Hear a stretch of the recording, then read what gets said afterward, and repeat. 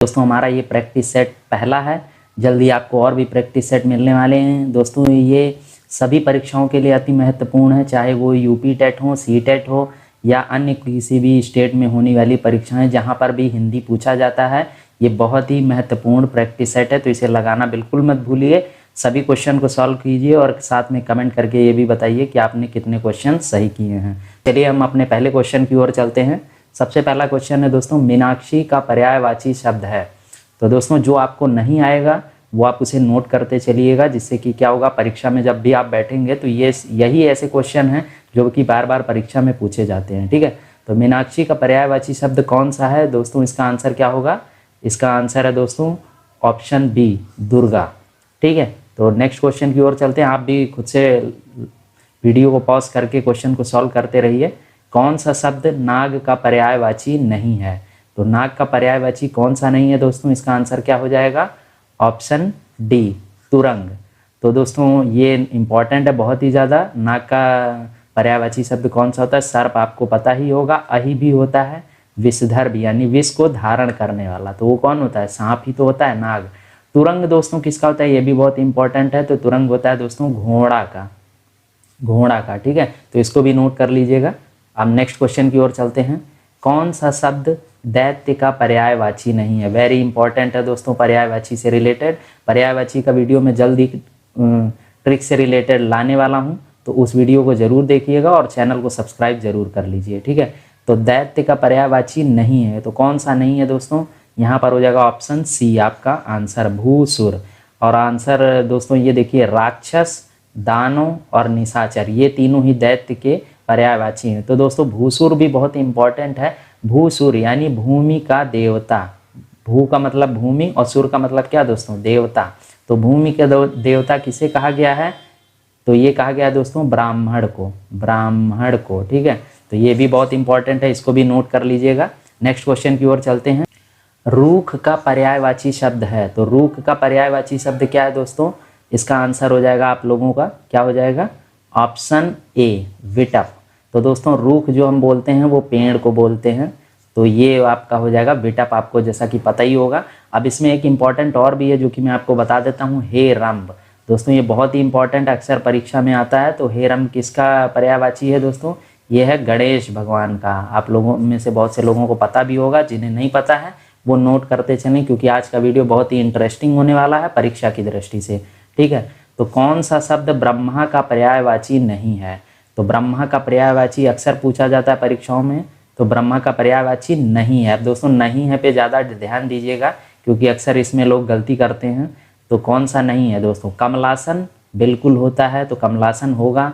चतुरानन भी होगा, यानी चार मुख वाले। चतुर्मुख, यहाँ पे तो चार मुख, इसका मतलब आनंद का मतलब भी दोस्तों मुख ही होता है, तो इसमें कंफ्यूज बिल्कुल मत होइए। तो ऑप्शन डी यही आपका नहीं होगा, चतुर्भुज। चतुर्भुज किन्हें कहा जाता है दोस्तों? तो ये कहा जाता है विष्णु भगवान को। ठीक है, तो विष्णु भगवान को आप लोग इनको जरूर ध्यान कर लीजिएगा कि चतुर्भुज कौन है? विष्णु है, इसका मतलब ये आंसर हो जाएगा। बाकी किसके पर्यायवाची हैं? ब्रह्मा के हैं, कमलासन, चतुरानन और चतुर्मुख, तो इसको भी नोट कर लीजिएगा। नेक्स्ट क्वेश्चन की ओर चलते हैं। कौन सा शब्द इंद्र का पर्यायवाची नहीं है? बहुत ही इंपॉर्टेंट है, वेरी इंपॉर्टेंट दोस्तों। तो इंद्र का पर्यायवाची कौन सा नहीं है? तो इसका आंसर हो जाएगा ऑप्शन डी, गणाधिप। ठीक है, बाकी इंद्र के पर्यायवाची यानी कि पुरंदर इंद्र का पर्यायवाची है, शक्र भी है, मधवा भी है। गणाधिप दोस्तों किसका पर्यायवाची है? ये भी बहुत इंपॉर्टेंट है, गणेश भगवान का है। ठीक है, नाम से ही पता चल रहा है, गण और गण, इस तरीके से आप इसे याद भी रख सकते हैं। तो नेक्स्ट क्वेश्चन की ओर चलते हैं। हिरण्यगर्भ का पर्यायवाची शब्द है, तो हिरण्यगर्भ का पर्यायवाची वेरी इंपॉर्टेंट है दोस्तों, ये किसका है? तो इसका आंसर हो जाएगा आपका ऑप्शन बी, ब्रह्मा। ब्रह्मा को हिरण्यगर्भ का पर्यायवाची माना गया है। ठीक है, तो नेक्स्ट क्वेश्चन की ओर चलते हैं।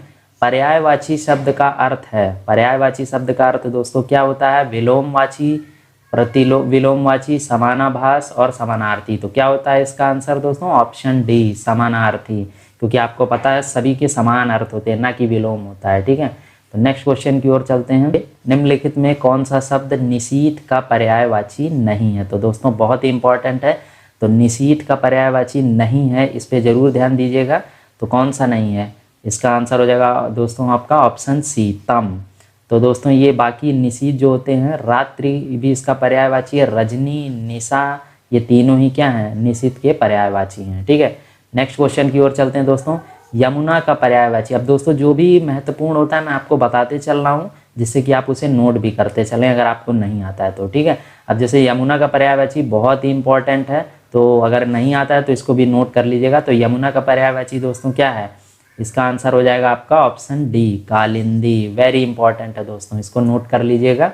नेक्स्ट क्वेश्चन की ओर चलते हैं। कलेजे पर सांप लौटना मुहावरे का अर्थ है। तो दोस्तों मुहावरे बहुत इंपॉर्टेंट है, तो कलेजे पर सांप लौटना किससे रिलेटेड है, मुहावरे का अर्थ क्या है दोस्तों, आंसर हो जाएगा आपका ईर्ष्या से जल उठना, यही आपका आंसर हो जाएगा। नेक्स्ट क्वेश्चन की ओर चलते हैं। सिर से पानी गुजर जाना मुहावरे का उपयुक्त अर्थ क्या है। तो सिर से पानी का गुजर जाना, इसका मतलब दोस्तों क्या हो जाएगा, ऑप्शन बी, सहनशीलता की सीमा टूट जाना। नेक्स्ट क्वेश्चन की ओर चलते हैं। अब हम आए थे हरि भजन को ओटन लगे कपास, लोकोक्ति का सही अर्थ क्या है दोस्तों, ये बहुत ही इंपॉर्टेंट है, अक्सर पूछा जाता है।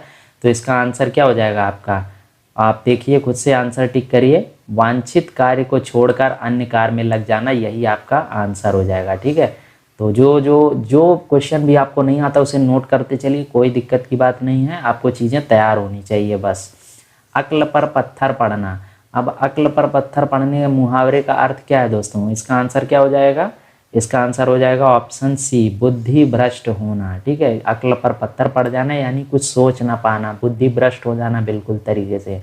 नेक्स्ट क्वेश्चन की ओर चलते हैं दोस्तों। पौ बारह होना मुहावरे का अर्थ, वेरी इंपॉर्टेंट, अक्सर परीक्षा में जरूर पूछा जाता है। तो इसका आंसर क्या हो जाएगा दोस्तों, ऑप्शन सी, अत्यधिक लाभ लेना। ठीक है, अत्यधिक लाभ लेना या होना, दोनों चीज़ें हैं। ठीक है, तो दोनों में से कुछ भी आप ऑप्शन में आए तो आप उसे टिक कर दीजिएगा। नेक्स्ट क्वेश्चन की ओर चलते हैं। बांझ क्या जाने प्रसव की पीड़ा का अर्थ। तो दोस्तों बांझ क्या जाने प्रसव की पीड़ा का अर्थ क्या है, तो दोस्तों इसका आंसर हो जाएगा ऑप्शन डी, जिस पर बीतती है वही जानता है। ठीक है, तो ये आपका क्या हो जाएगा, आंसर हो जाएगा। नेक्स्ट क्वेश्चन की ओर चलते हैं। कान का कच्चा होना मुहावरे का अर्थ है। तो कान का कच्चा होना मुहावरे का अर्थ क्या हो जाएगा दोस्तों, ऑप्शन बी, सुनी सुनाई बातों पर विश्वास करना। वेरी इंपॉर्टेंट है दोस्तों, इसको भी आप लोग नोट कर लीजिएगा अगर नहीं आता है तो। नेक्स्ट क्वेश्चन की ओर चलते हैं। खिचड़ी पकाना मुहावरे का अर्थ है। तो दोस्तों खिचड़ी पकाना आपने अक्सर सुना होगा, तो ये इसका आंसर क्या हो जाएगा, ऑप्शन सारे देखिए आप एक बार, तो हो जाएगा ऑप्शन सी, किसी षड्यंत्र की तैयारी करना। दोस्तों यही हो जाएगा आपका आंसर, किसी षड्यंत्र की तैयारी करना यानी कोई खिचड़ी पकाना। नेक्स्ट क्वेश्चन की ओर चलते हैं। सब्ज बाग दिखाना मुहावरे का अर्थ है। दोस्तों ये भी वेरी इंपॉर्टेंट है, तो ये इसका आंसर क्या हो जाएगा दोस्तों, इसका हो जाएगा ऑप्शन सी, प्रलोभन देना। उड़ती चिड़िया के पंख गिनना मुहावरे का सही अर्थ क्या होगा दोस्तों, ये भी वेरी इंपॉर्टेंट है, और इसमें अक्सर लोग कंफ्यूज रहते हैं, क्योंकि कुछ बुक्स में आपको मिल जाएगा कि अनुभवी होना सही होगा, और कुछ में क्या हो जाएगा, ऑप्शन डी को मानते हैं असंभव कार्य करना। अब मैं आपको बताता हूँ इसका आंसर सही क्या है दोस्तों, ऑप्शन डी ही इसका सही आंसर होगा। क्यों होगा दोस्तों, क्योंकि उड़ती चिड़िया के पंख गिनना ये एक असंभव कार्य करना है। देखिए डिटेल में वैसे अगर आप देखेंगे तो अनुभवी होना भी एक सही आंसर होना चाहिए, लेकिन जब हम दो ऑप्शन कई बार सही हो जाते हैं तो उस कंडीशन में हम सबसे जो बेस्ट होता है ऑप्शन उसको चूज़ करते हैं। ठीक है, बेस्ट ऑप्शन को ही चूज़ करते हैं। तो इस कंडीशन में क्या है दोस्तों, असंभव कार्य करना, क्योंकि उड़ती हुई चिड़िया के कोई पंख नहीं गिन सकता है। ठीक है, तो ऑप्शन डी ही आप सही मानिए। नेक्स्ट क्वेश्चन की ओर चलते हैं। कलम तोड़ना मुहावरे का अर्थ है। तो इसका दोस्तों क्या है, कलम तोड़ने का मुहावरे का अर्थ दोस्तों क्या हो जाएगा, ऑप्शन बी, अच्छा लिखना। दोस्तों आपने अक्सर सुना होगा कि उसने तो बहुत ही कलम तोड़ कहानी लिखी, मतलब बहुत ही ज़बरदस्त कहानी लिखी। तो इसका मतलब ये होता है कि उसने बहुत ही अच्छी कहानी लिखी। ठीक है, तो अच्छा लिखना ही क्या होता है, कलम तोड़ने के बराबर होता है। ठीक है, ससुर का तत्सम शब्द है। अब दोस्तों तत्सम तद्भव से रिलेटेड मैंने वीडियो डाल रखा है, अगर आपने वो ट्रिक वाला वीडियो नहीं देखा है तो उसे जाके ज़रूर देख सकते हैं प्लेलिस्ट में, हिंदी के, बहुत ही इंपॉर्टेंट है, और देखते ही आप चीज़ों को समझ जाएंगे। जैसे देखिए ससुर का तत्सम शब्द है, तो ससुर का कौन सा तत्सम शब्द है दोस्तों, ऑप्शन सी, स्वासुर हो जाएगा दोस्तों। और मैंने 100+ इंपॉर्टेंट जो डाला है तत्सम तद्भव से रिलेटेड वीडियो, उसको भी जरूर देखिए, क्योंकि उसके अलावा परीक्षा में कुछ भी नहीं आने वाला तत्सम तद्भव से रिलेटेड। ठीक है, तो नेक्स्ट क्वेश्चन की ओर चलते हैं। अब दोस्तों बताना तद्भव शब्द निर्दिष्ट कीजिए, यानी आपको तद्भव बताना है, जो कि आज के शब्द हैं, ठीक है, आज के बोलचाल के भाषा वाले शब्द हैं। मैंने ये सारी डिटेल आपको उस वीडियो में बता रखी है, तो उसे भी ज़रूर देखिए। तद्भव शब्द, तो तद्भव शब्द आप कैसे पहचानेंगे? बिल्कुल यहाँ पर क्या हो जाएगा आपका ऑप्शन ए आधा, ये बिल्कुल आप समझ गए होंगे, आधा ही आपका क्या हो जाएगा। बाकी कूप, व्योम और विद्या ये सारे दोस्तों क्या हैं, ये सब आपके तत्सम शब्द हैं, ठीक है। तो नेक्स्ट क्वेश्चन की ओर चलते हैं। तत्सम शब्द है, अब आपको तत्सम शब्द पहचानना है, तो ये कौन सा हो जाएगा दोस्तों, ये हो जाएगा आपका ऑप्शन ए क्लिष्ट। ये सारी ट्रिक मैंने आपको उस वीडियो में बता रखी है, तो उसे ज़रूर देखिएगा। नेक्स्ट क्वेश्चन की ओर चलते हैं। चूरन का तत्सम शब्द है, तो चूरन वेरी इंपॉर्टेंट है दोस्तों। चूरन का तत्सम शब्द क्या हो जाएगा, ऑप्शन देखिए, ऑप्शन बी चूर्ण हो जाएगा, ठीक है। नेक्स्ट क्वेश्चन की ओर चलते हैं। निम्नलिखित में से कौन सा शब्द तत्सम नहीं है? अब दोस्तों जब भी ऐसा कभी आए कि तत्सम नहीं है, तो इसका मतलब वो किसकी बात कर रहा है, तद्भव शब्द की बात कर रहा है। तुरंत आप दिमाग में आपके स्ट्राइक होना चाहिए। और तद्भव शब्द आप कैसे पहचानेंगे दोस्तों, ऑप्शन ए। क्यों आँख क्यों हो जाएगा दोस्तों, मैंने क्योंकि आपको उस वीडियो में भी बताया था कि जहाँ कहीं भी चंद्र बिंदु लगे वो दोस्तों आपका किसी भी शब्द में लगेगा, वो आपका क्या हो जाएगा, तद्भव हो जाएगा। तो आप तुरंत पहचान लेंगे कि ये तद्भव कैसे पहचानना है, ठीक है। बाकी सब आपके क्या हैं, तत्सम हैं। नेक्स्ट क्वेश्चन की ओर चलते हैं। निम्नलिखित में से तत्सम शब्द है, तो तत्सम शब्द कौन सा है यहाँ पर दोस्तों, ध्यान से देखिए। गरम, नरक, नरम और तीर्थ, इसमें कौन सा है दोस्तों, ऑप्शन डी तीर्थ हो जाएगा आपका तत्सम शब्द। नेक्स्ट क्वेश्चन की ओर चलते हैं दोस्तों। ढीठ शब्द का तत्सम शब्द है, वेरी इंपॉर्टेंट दोस्तों, ये अक्सर परीक्षा में पूछा जाता है, इसीलिए मैंने इस वीडियो को इस तरीके से डिज़ाइन ही किया है जिससे कि आपको सारी चीज़ें क्लियर होती जाएं, ठीक है। और जो नहीं आता है उसे नोट जरूर करते चलिए। ऑप्शन डी ही आपका आंसर हो जाएगा, धृष्ट, ठीक है। तो ढीठ का क्या हो जाएगा दोस्तों, धृष्ट हो जाएगा तत्सम शब्द, ठीक है। नेक्स्ट क्वेश्चन की ओर चलते हैं दोस्तों। सिंगार शब्द का तत्सम है, तो सिंगार शब्द का तत्सम क्या है दोस्तों, बहुत ही ध्यान से देखिए, क्या हो जाएगा दोस्तों, ऑप्शन सी हो जाएगा, श्रृंगार। इसमें बहुत ही कंफ्यूजन रहता है दोस्तों, क्योंकि लोगों को वर्तनी नहीं आती है, ठीक है। वर्तनी में दिक्कत हो जाती है, लोगों को ये भी सही लगता है, लोग ये भी टिक करके आते हैं, कुछ लोग इसको भी टिक करके चले आते हैं। लेकिन मेजर जो होगा, सबसे ज़्यादा जो कन्फ्यूज़न होगा वो लोगों को इसी में होगा। लेकिन दोस्तों ये लिखने का तरीका एकदम गलत है, सही तरीका क्या है, श्रृंगार है, ठीक है। तो ये वर्तनी भी इससे आपकी शुद्धि अगर आती है तो आप इससे भी कई चीज़ें पता कर सकते हैं। अब दोस्तों देखिए, गेहूँ शब्द का तत्सम है, तो वेरी इंपॉर्टेंट है गेहूँ शब्द का तत्सम शब्द, हर परीक्षा में पूछा जाता है। क्या है दोस्तों इसका आंसर, ऑप्शन ए गोधूम, ठीक है। गोधूम, गोधूम नहीं होगा, इसमें कंफ्यूज बिल्कुल मत रहिएगा, ये बिल्कुल नहीं है, गोधूम होगा, ठीक है। तो इसको भी आप वर्तनी भी देखते चलिए साथ साथ में, जिससे कि आपको परीक्षा में कोई कंफ्यूजन ना रहे। अब अखरोट शब्द का तत्सम रूप है, तो अखरोट शब्द का तत्सम रूप क्या है दोस्तों, ध्यान से देखिए, क्या हो जाएगा, ऑप्शन बी अक्षोट हो जाएगा, ठीक है। तो ये ही आपका कहाँ हो जाएगा आंसर। नेक्स्ट क्वेश्चन की ओर चलते हैं दोस्तों। निम्नलिखित में से शुद्ध शब्द है, तो शुद्ध शब्द आपको छांटना है, यानी कि दोस्तों वर्तनी। तो मैंने वर्तनी से रिलेटेड भी कई क्वेश्चन ले रखे हैं, जो कि अभी आप आगे देखोगे, जिससे कि आपको चीज़ें क्लियर होती चलें। तो दोस्तों इसका आंसर क्या हो जाएगा, इसका आंसर हो जाएगा ऑप्शन बी कुमुदिनी, ठीक है। बहुत से लोग कुमुदनी कुमुदनी बोलते हैं, तो गलत होता है। जब आप वर्तनी को लिखने का सही तरीका यही है कि आप उसे सही से बोलें, ठीक है। सही से अगर आप बोलते हैं कोई भी चीज़ को, तो आप सही से लिखेंगे भी। तो आप इसे क्या बोलेंगे, कुमुदिनी, ठीक है, ना कि कुमुदनी। तो कुमुदिनी, ठीक है, यही आपका सही हो जाएगा। नेक्स्ट क्वेश्चन की ओर चलते हैं। निम्नलिखित शब्दों में से कौन सा शब्द शुद्ध है, यहाँ पे भी आपको वर्तनी ही बताना है। तो दोस्तों क्या है यहाँ पे आंसर, कवियत्री, बिल्कुल गलत। कवियत्री बिल्कुल सही, कवियत्री ये तो बाकी सारे गलत ही हैं, ठीक है। तो दोस्तों इसका वर्तनी ध्यान से देख लीजिए, क्योंकि हम अक्सर बोलते हैं कवित्री, हम बोलते हैं क्या, कवित्री बोलते हैं, तो हमें तो समझ में आएगा कि इन्हीं में से कुछ होगा। लेकिन दोस्तों होता क्या है, कवियत्री, ठीक है, कवियत्री ये वाला होता है। तो इसीलिए इसको आप वर्तनी एक बार ध्यान से देख लीजिए। जल्दी वर्तनी से रिलेटेड मैंने नियम का तो वीडियो डाल रखा है, तो अगर आपने वो नहीं देखा है तो वो देख लीजिए। जल्दी में 100+ इम्पॉर्टेंट जो भी परीक्षा में पूछे जाते हैं उनका भी वीडियो जल्दी लाने वाला हूँ, ठीक है। तो उसे भी ज़रूर देखिएगा। अब देख लेते हैं दोस्तों, निम्नलिखित शब्दों में से कौन सा शुद्ध है। तो यहाँ पर कौन सा शुद्ध है दोस्तों, ये हो जाएगा आपका ऑप्शन ए विदुषी, ठीक है। तो जो बोलने का तरीका है, प्रोनाउंसिएशन, उसे अगर आप सही रखेंगे तो विदुषी, तो आप बिल्कुल सही करके आएंगे। ठीक है, विदुषी नहीं होगा बिल्कुल भी, कन्फ्यूज़न बिल्कुल नहीं होना है, सिर्फ जैसा बोलना है उसी तरीके का हमको लिखना है। तो इसीलिए बोलिए सही, जिससे कि आप उसे वर्तनी को लिख भी सही पाएंगे। अब दोस्तों देखिए, निम्नलिखित में से शुद्ध वर्तनी शब्द है। अभी यही पिछला क्वेश्चन तत्सम से रिलेटेड था, तो वहाँ पे भी अगर आपको वर्तनी आती है तो इस क्वेश्चन को सही कर ले जाएंगे। ठीक है, तो जैसे यहाँ पे क्या हो जाएगा, ऑप्शन सी श्रृंगार। मैंने आपको बताया था कि इसमें कंफ्यूज बिल्कुल मत होइएगा, वहाँ तत्सम से रिलेटेड पूछा था, यहाँ पे आपको वर्तनी से रिलेटेड पूछ लिया, आंसर आपका यही होगा। तो इसे ध्यान से नोट कर लीजिए, जिससे कि आपको कन्फ्यूज़न ना हो। अब दोस्तों, निम्नलिखित में से शुद्ध वर्तनी वाला शब्द है। वेरी कंफ्यूजिंग क्वेश्चन है और सबसे ज़्यादा लोग इसमें कंफ्यूज रहते हैं। ठीक है, तो इसका आंसर क्या हो जाएगा, ध्यान से देखिए इसे, ऑप्शन बी ही इसका आंसर होगा।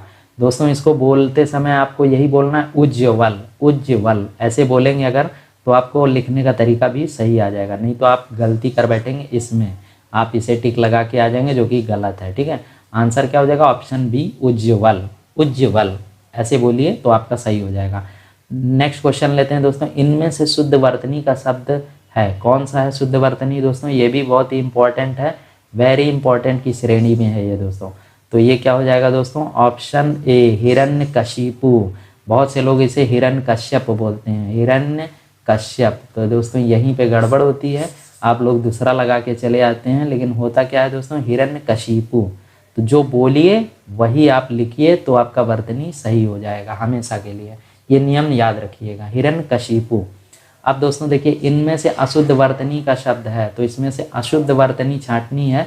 तो दोस्तों देखिए, पहले शुद्ध कौन सी है, देखिए महत्व, बिल्कुल महत्व ऐसे ही लिखा जाता है। वाल्मीकि, वाल्मीकि भी बिल्कुल ऐसे ही लिखा जाता है, इसका मतलब ये भी शुद्ध है। ऑप्शन सी देखते हैं, पैतृक, तो पैतृक भी ऐसे ही लिखा जाता है, ये भी सही है। अब ऑप्शन डी, इसका मतलब यही गलत होगा, और जी हाँ दोस्तों, यही आपका गलत है। सन्यासी ऐसे कभी नहीं लिखा जाता है, लिखा कैसे जाता है, सन्यासी।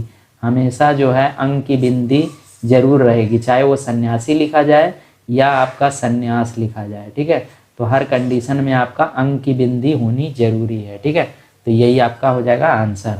वर्तनी की दृष्टि से शुद्ध शब्द का चयन कीजिए, तो इसका आंसर क्या हो जाएगा दोस्तों, ध्यान से देखिए, इसका ऑप्शन बी हो जाएगा दोस्तों, अनुग्रहित। ठीक है, इसे बोलिए अनुग्रहित। तो इस तरीके से ग्रह जो होता है ये वाला ग्रह होगा, ना कि ये वाला ग्रह। तो इसमें बिल्कुल कंफ्यूज मत होइए, इसे एक दो बार आप प्रैक्टिस करेंगे तो आपका हो जाएगा। निम्नलिखित में शुद्ध वर्तनी वाला शब्द है, तो शुद्ध वर्तनी वाला शब्द दोस्तों क्या है, देखिए ध्यान से देखिए, ऑप्शन ए आपका सही हो जाएगा। क्यों हो जाएगा दोस्तों, क्योंकि दृश्य हमेशा जो होता है वो ऐसे ही लिखा जाता है। ठीक है, दृश्य, आप सिर्फ दृश्य पकड़िए तो ये हो जाएगा। दृश्य कभी आपने ऐसा लिखा हुआ नहीं देखा होगा, ना कि ऐसा और ना ही ऐसा, तो दृश्य यानी देखने वाला दृश्य। ठीक है, तो ये ऐसे ही लिखा जाता है, इस तरीके से आप इसमें गलती निकाल लेंगे।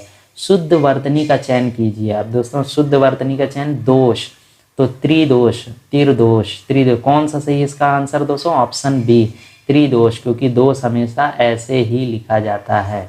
ठीक है, दोष कभी आपने देखा है कि ऐसे लिखा जाए, किसी को दोषारोपण, किसी का दोषारोपण करना ऐसा लिखा जाता, नहीं लिखा जाता। इसका मतलब आपका ऑप्शन सी ही सही हो जाएगा। बाकी ये रही बात तिर, तो तिर तो है नहीं, और त्रादोष ये भी नहीं है, त्रिदोष होता है, बोलने में ही आपको पता चल जाएगा।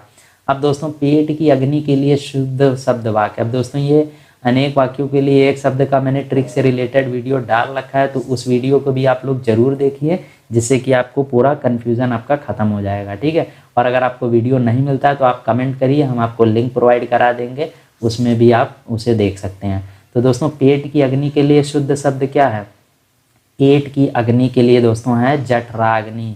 जठर ग्रंथि होती है, आप लोगों ने सुना होगा, जिनसे निकलने वाली अग्नि को ही क्या कहते हैं, जठराग्नि। ठीक है, अब दोस्तों यहाँ पे एक इम्पॉर्टेंट और भी है, दावाग्नि। ये बहुत इंपॉर्टेंट, अक्सर परीक्षा में या तो जठराग्नि पूछता है या दावाग्नि पूछता है। तो दावाग्नि यानी, दावा मतलब होता है दोस्तों जंगल, तो जंगल में लगने वाली आग को बोलते हैं। ठीक है, जंगल में लगने वाली आग को दावाग्नि बोलते हैं। ठीक है, तो पेट की यहाँ बात कर रहा है, तो इसीलिए ऑप्शन हो जाएगा जठराग्नि। ठीक है, नेक्स्ट क्वेश्चन की ओर चलते हैं, जिसका जन्म कन्या के गर्भ में हुआ हो, तो इसका आंसर क्या हो जाएगा दोस्तों, ये सब मैंने ट्रिक से बता रखा है आपको। तो क्या हुआ है दोस्तों, ऑप्शन बी, कानीन हो जाएगा आपका। ऑप्शन बी कानीन हो जाएगा आंसर। नेक्स्ट क्वेश्चन की ओर चलते हैं। जिसे बुलाया ना गया हो वाक्य के लिए प्रयुक्त होने वाला शब्द है। तो क्या जिसे बुलाया ना गया हो, इसका मतलब उसका आहूत ना किया गया हो। ठीक है, आहूत ना किया गया हो इसका मतलब अनाहूत आपका आंसर हो जाएगा। आहूत यानी कि बुलाना और अनाहूत यानी कि ना बुलाना। ठीक है, तो जिसे बुलाया ना गया हो उसे अनाहूत कहेंगे। जिसके पास कुछ ना हो उसके लिए उपयुक्त शब्द है। तो जिसके पास कुछ ना हो दोस्तों, तो उसके पास खाने के लिए कुछ नहीं होगा, इसका मतलब उसके किचन में कुछ नहीं है। ठीक है, ये सब मैंने ट्रिक उस वीडियो में बता रखी है। तो जिसके किचन में कुछ नहीं है उसका क्या हो जाएगा, अकिंचन। आंसर क्या हो जाएगा, बी। जिसके पास कुछ ना हो इसका मतलब उसके किचन में कुछ नहीं है खाने के लिए। ठीक है, तो ये हो जाएगा आपका आंसर। नेक्स्ट क्वेश्चन है, हाथी की पीठ पर रखने वाला आसन के लिए शुद्ध शब्द है। ये दोस्तों वेरी इंपॉर्टेंट है। इसका आंसर क्या हो जाएगा, ऑप्शन बी, हौदा। हौदा दोस्तों हाथी की पीठ पर रखा जाता है जिसके बाद उसमें लोग बैठते हैं। ठीक है, जिससे गिरने में गिरते नहीं है। अगर हौदे में बैठ गए हैं तो गिरेंगे नहीं। ठीक है, तो ये आपका हो जाएगा आंसर। नेक्स्ट क्वेश्चन की ओर चलते हैं। जिसे प्रमाण द्वारा सिद्ध ना किया जा सके। अब दोस्तों ध्यान दीजिएगा, ना किया जा सके उसके लिए सही शब्द है। तो दोस्तों क्या हो जाएगा, ऑप्शन सी, अप्रमेय। यानी जिसे प्रमाण द्वारा सिद्ध ना किया जा सके। और प्रमेय किसे कहते हैं दोस्तों, जिसे कि प्रमाण द्वारा सिद्ध किया जा सके। ठीक है, तो अगर आपको नहीं पता था इसके पहले तो इसे नोट कर लीजिएगा, क्योंकि अक्सर ही इन्हीं दोनों में से घुमा फिरा के क्वेश्चन देता है। अब दोस्तों देखते हैं, उत्तराधिकार में प्राप्त संपत्ति के लिए एक शब्द है। तो उत्तराधिकार में प्राप्त संपत्ति के लिए एक शब्द क्या है दोस्तों, ऑप्शन ए, रिक्त हो जाएगा आपका आंसर। ठीक है, यही आपका आंसर है। नेक्स्ट क्वेश्चन की ओर चलते हैं। निम्नलिखित वाक्यों खंडों में एक के लिए प्रयुक्त होने वाला शब्द है दोस्तों स्वयं सेवक। अब स्वयं सेवक का मतलब आपको बताना है। सबकी सेवा करने वाला गलत हो जाएगा, स्वयं की सेवा करने वाला गलत हो जाएगा। बहुत से लोग तो यही टिक लगा के चले आएंगे। अपनी इच्छा से दूसरों की सेवा करने वाला, ये आपका आंसर हो जाएगा दोस्तों। तो स्वयं सेवक का अर्थ क्या होता है कि अपनी इच्छा से दूसरों की सेवा करने वाला ही क्या कहलाता है, स्वयं सेवक कहलाता है। ठीक है, नेक्स्ट क्वेश्चन की ओर चलते हैं। गुरु के समीप रहकर शिक्षा ग्रहण करने वाला के लिए एक शब्द है। तो गुरु के समीप रहकर, ये बहुत ही इंपॉर्टेंट है दोस्तों, इसको जरूर नोट कर लीजिएगा। ये क्या हो जाएगा दोस्तों, ऑप्शन सी, अंतेवासी हो जाएगा आपका आंसर। नेक्स्ट क्वेश्चन की ओर चलते हैं दोस्तों। ये क्वेश्चन आप लोगों के लिए है। जो सव्य यानी कि बाएं हाथ से सधा हुआ हो उसे क्या कहते हैं। वेरी इंपॉर्टेंट क्वेश्चन है, जिसका भी दोस्तों ज़्यादा से ज़्यादा लोग इस पर कमेंट करिएगा। जिसका भी आंसर सही होगा मैं उसे पिन कर दूंगा। बाकी सभी लोग इस आंसर को देख लीजिएगा। और नेक्स्ट क्वेश्चन, नेक्स्ट जो हमारा प्रैक्टिस सेट होगा उसमें मैं आपको इसका आंसर भी बता दूंगा।